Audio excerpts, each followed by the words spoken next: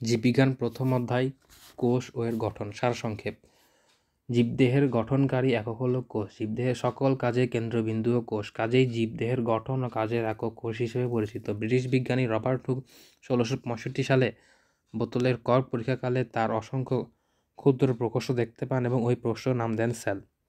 এর বাংলা করা হয়েছে কোষ। কোষ জীবের দেহ গঠন করে, তাকে দেহকোষ, এবং জননকোষ সৃষ্টিকালে অঙ্গাণু ডিম্বাণুকে বলা হয় জননকোষ। ব্যাকটেরিয়া, সায়ানোব্যাকটেরিয়া ইত্যাদি জীবের কোষকে বলা হয় আদিকোষ, কারণ এদের কোষ আদি প্রকৃতির সুগঠিত নিউক্লিয়াসবিহীন। পুষ্পক, উদ্ভিদ এবং মানুষ প্রভৃতি ইত্যাদি জীবের কোষ হলো প্রকৃত কোষ, কারণ এদের কোষ উন্নত প্রকৃতির সুগঠিত নিউক্লিয়াস বিশিষ্ট। ক্রোমোজোম হলো কোষস্থ সূত্রাকার অঙ্গাণু, যা সাধারণত নিউক্লিয়াসের ভেতরে অবস্থিত। ক্রোমোজোমের মূল উপাদান হলো ডিএনএ, কাজেই ক্রোমোজোমের বংশগতি ধারক ও বাহক। ক্রোমোজোম আবিষ্কৃত হয় 1875 সালে কোনো আবিষ্কারক, আবার অনেক পরে নামকরণ করা হয় 1888 সালে। ক্রোমোজোমের অর্থ হলো রঞ্জিত দেহ, কারণ এগুলো কতগুলো বেসিক রং ধারণ করতে পারে। প্রতিটি জীব প্রজাতি প্রতি সুনির্দিষ্ট সংখ্যক ক্রোমোজোম বহন করে, যার সংখ্যা প্রজাতি ভেদে 2 থেকে 2n16 পর্যন্ত জানা গেছে। প্রতিটি ক্রোমোজোম কমপক্ষে একটি সেন্ট্রোমিয়ার থাকে এবং সেন্ট্রোমিয়ার অবস্থানভেদে ক্রোমোজোমের প্রধানত 4 প্রকার, যথা মধ্যকেন্দ্রিক, উপকেন্দ্রিক এবং উপপ্রান্তকেন্দ্রিক এবং প্রান্তকেন্দ্রিক। কোষ বিভাজনে ক্রোমোজোমের প্রত্যক্ষ ভূমিকা পালন করে। ডিএনএ ডিঅক্সিরাইবোনিউক্লিক অ্যাসিডকে সংক্ষেপে ডিএনএ বলা হয়। প্রকৃত কোষে ক্রোমোজোমে অবস্থিত ডিএনএ সূত্রাকার। আদিকোষ এবং ক্লোরোপ্লাস্টের মাইক্রোকন্ড্রিয়া ইত্যাদি অঙ্গাণু ডিএনএ বৃত্তাকার। প্রতিটি ডিএনএ অণু গঠিত হয় 1 অণু 5 কার্বন বিশিষ্ট ডিঅক্সিরাইবোজ সুগার, 1 অণু ফসফরিক অ্যাসিড এবং নাইট্রোজিনাস বেস দিয়ে।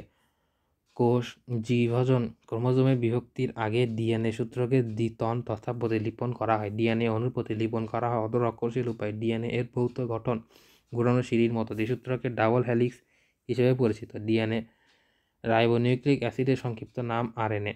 সকল উদ্ভিদ কোষে আরএনএ থাকে। রাসায়নিক সুগার, নাইট্রিক বেস এবং ফসফেট নিয়ে আরএনএ গঠিত। এটি সূত্রাকার এবং একসূত্র। সাধারণত 5 প্রকার আরএনএ দেখতে পাওয়া যায়: টিআরএনএ, এমআরএনএ, আরআরএনএ, জিআরএনএ। এই মাইনর আরএনএ ডিএনএ এর ছাঁচ থেকে এমআরএনএ ট্রান্সক্রিপ্ট হয় এবং প্রোটিন ছাঁচ হিসেবে ব্যবহৃত হয়। টিআরএনএ অ্যামিনো অ্যাসিডকে বহন করে এবং এমআরএনএ ছাঁচের সাথে যুক্ত হয়ে প্রোটিন সংশ্লেষণে সহায়তা করে। কিছু কিছু উদ্ভিদের বংশগতির বস্তু হিসেবে আরএনএ কাজ করে। জিন হলো ক্রোমোজোমের লোকাসে অবস্থিত ডিএনএ অণু সুনির্দিষ্ট অংশ, যা জীবের একটি নির্দিষ্ট সংকেত আবদ্ধ করে রাখে এবং প্রোটিন হিসেবে আত্মপ্রকাশ করে এবং কোনো নির্দিষ্ট বৈশিষ্ট্যের প্রকাশ ঘটায়। জীবের বিভিন্ন বৈশিষ্ট্য জিন কর্তৃক নিয়ন্ত্রিত এবং বংশ পরম্পরা স্থানান্তরিত হয়। প্রতিটি জিন একটি নিউক্লিওটাইড এবং অসংখ্য অনুক্রম সুনির্দিষ্ট। একটি জিনে 75 থেকে 40,000টি মতো নিউক্লিওটাইড থাকতে পারে। ট্রান্সক্রিপশন ডিএনএ থেকে আরএনএ তৈরি হয়। ডিএনএ থেকে আরএনএ তৈরির প্রক্রিয়াকে বলে ট্রান্সক্রিপশন। সাধারণত প্রোটিন তৈরির জন্যই ডিএনএ তার অংশবিশেষ ছাঁচ হিসেবে ব্যবহার করে আরএনএ তৈরি করা হয়। প্রোটিন তৈরির জন্য এমআরএনএ, টিআরএনএ জরুরি। টিআরএনএ অ্যামিনো অ্যাসিডকে বহন করে, এমআরএনএকে প্রদান করে এবং ডিএনএ কর্তৃক প্রদত্ত নির্দিষ্ট বার্তা অনুযায়ী এমআরএনএ প্রোটিন তৈরি করে। এই অধ্যায়ে দক্ষতা অর্জন। সেল নামকরণ করেন রবার্ট হুক 1965 সালে। পরবর্তীতে সেলের বাংলা পরিচিত করা হয়েছে কোষ, জীবকোষ। সেল নামকরণের উৎস হলো ল্যাটিন সেলিউলা, যার অর্থ হলো ক্ষুদ্র প্রকোষ্ঠ। কাঠের ছবি সেকশনে অনুবীক্ষণ যন্ত্রের মাধ্যমে পর্যবেক্ষণ রবার্ট ক্ষুদ্র পর্যবেক্ষক দেখেছিলেন যে ক্ষুদ্র প্রকোষ্ঠগুলোর নাম দেন সেল। মাইক্রোগ্রাফি রবার্ট হুক কোষ সংক্রান্ত পর্যবেক্ষণ প্রকাশ করেন। কোষ হলো জীবের গঠনগত ও জৈবিক কার্যকলাপের মৌলিক একক, যা অর্ধভেদ্য ঝিল্লি দ্বারা পরিবেশিত থাকে এবং আত্মপ্রজননে সক্ষম। আদিমকালে বায়ুমণ্ডলে বিরাজমান বিভিন্ন গ্যাসের মিলিত ক্রিয়াকলাপের প্রাকৃতিকভাবে প্রথম জৈব অণু সৃষ্টি হয়েছিল বলে বিজ্ঞানীদের ধারণা। আদি জীবন সম্ভবত আরএনএ সর্বস্ব ছিল, যা থেকে পরে প্রোটিন তৈরি হতে পেরেছিল। এই ধারণাকে টিআরএনএ ওয়ার্ল্ড হাইপোথিসিস বলা হয়। বর্তমান বিশ্বের সকল সরল এককোষী থেকে জটিল বহুকোষী জীবের জেনেটিক কোডন একই, কাজেই একটি উৎস থেকে সকল জীবের সৃষ্টি হয়েছে বলে দৃঢ়ভাবে বিশ্বাস করা হয়। প্রথম কোষ ছিল আদিকোষ। তা থেকে মুক্ত ডিএনএকে ঝিল্লিবদ্ধ করে সৃষ্টি হয় প্রকৃত কোষ। প্রকৃত কোষ থেকে সিম্বায়োটিক প্রক্রিয়ায় বায়বীয় ব্যাকটেরিয়া ঢুকে সৃষ্টি হয় প্রকৃত কোষে প্রকৃত প্রাণীকোষ। বায়বীয় ফটোসিনথেটিক ব্যাকটেরিয়া ঢুকে সৃষ্টি হয় প্রকৃত উদ্ভিদ কোষ। কোষবিদ্যার জনক রবার্ট হুক, কিন্তু আধুনিক কোষবিদ্যার জনক হলেন কার্ল পি. জনসন। জীবের যে দেহ গঠনের কোষ হল দেহকোষ। হ্যাপ্লয়েড জীবের দেহকোষ হ্যাপ্লয়েড N এবং ডিপ্লয়েড জীবের দেহকোষ ডিপ্লয়েড 2N। জীবের যৌন প্রজননে অংশগ্রহণকারী ডিম্বাণু ও শুক্রাণু হলো জননকোষ। ড্যাপ্লয়েড জননকোষ হ্যাপ্লয়েড। এরা গ্যামিট নামেও পরিচিত। যেই কোষ কোনো আবরণী বেষ্টিত অঙ্গাণু থাকে না তা হলো আদিকোষ। যেই কোষে আবরণী বেষ্টিত অঙ্গাণু থাকে তা হলো প্রকৃত কোষ। একটি এককোষী জীব কোষ অতি ক্ষুদ্র বলে সাধারণ এদের মাপের ক্ষেত্রে মাইক্রোমিটার এবং মাইক্রন এবং ন্যানোমিটার ব্যবহার করা হয়। সবচেয়ে ছোট কোষ হলো মাইক্রোপ্লাজম।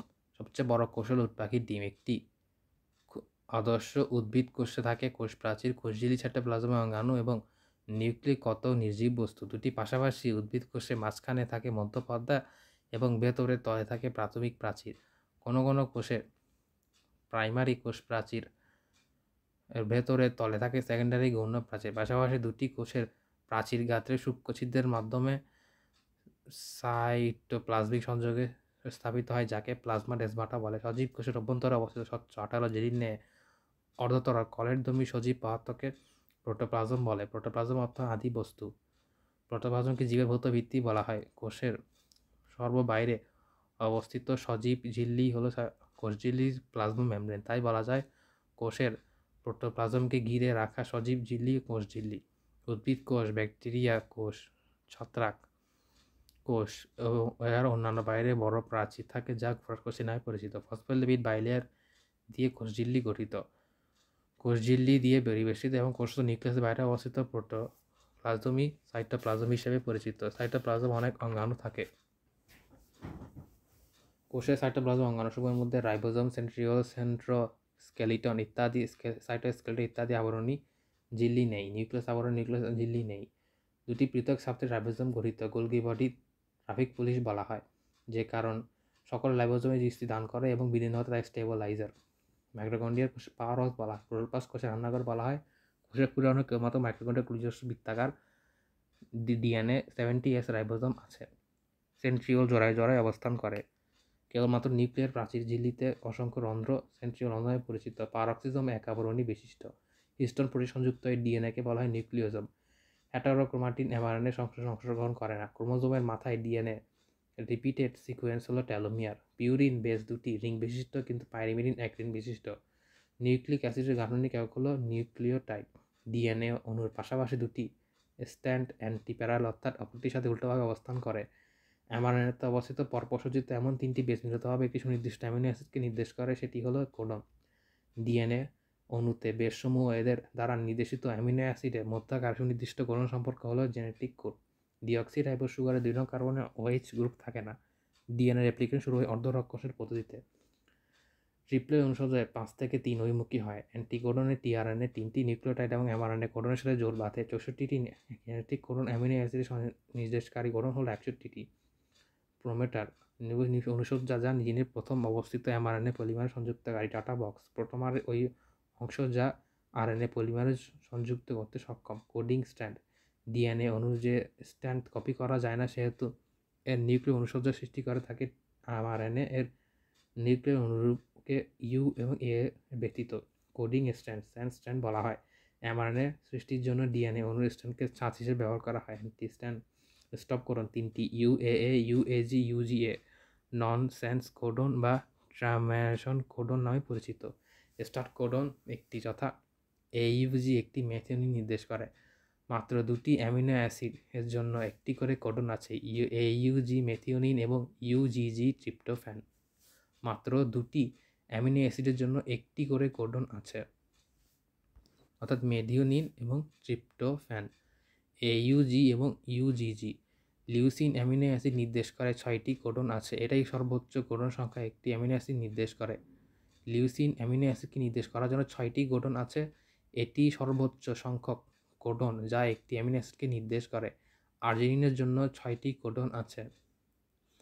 কোডনের ভাষার প্রকাশ একমুখী। DNA, mRNA, protein. জিন হলো ক্রোমোজোমস্থ ডিএনএর একটি অংশ যা কার্যক্রম পলিপেপটাইড চেনে অংশগ্রহণের উপযুক্ত বার্তা বহন করে।